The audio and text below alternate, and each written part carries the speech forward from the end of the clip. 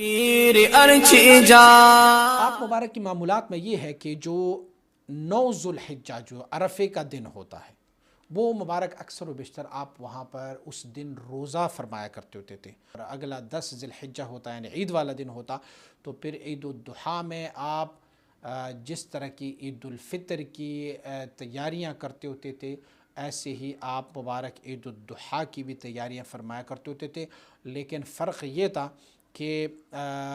آپ جو ہے چونکہ عید الفطر میں اکثر و بیشتر کھجور جو ہے وہ پہلے نماز سے کھائی جاتی ہے، لیکن آپ انتظار فرمایا کرتے ہوتے تھے جب آپ قربانی کرتے تو قربانی کے بعد قربانی کی جو چیزیں جلدی تیار ہو جاتی جیسے کلیجی وغیرہ ہے تو پھر اس وقت اس کلیجی وغیرہ پہ آپ مبارک جو ہے وہ یوں سمجھ لے کہ افطار کر لیا کر، اگرچہ روزہ تو نہیں ہے لیکن اس وقت تک آپ کچھ نہیں کھایا کرتے تھے۔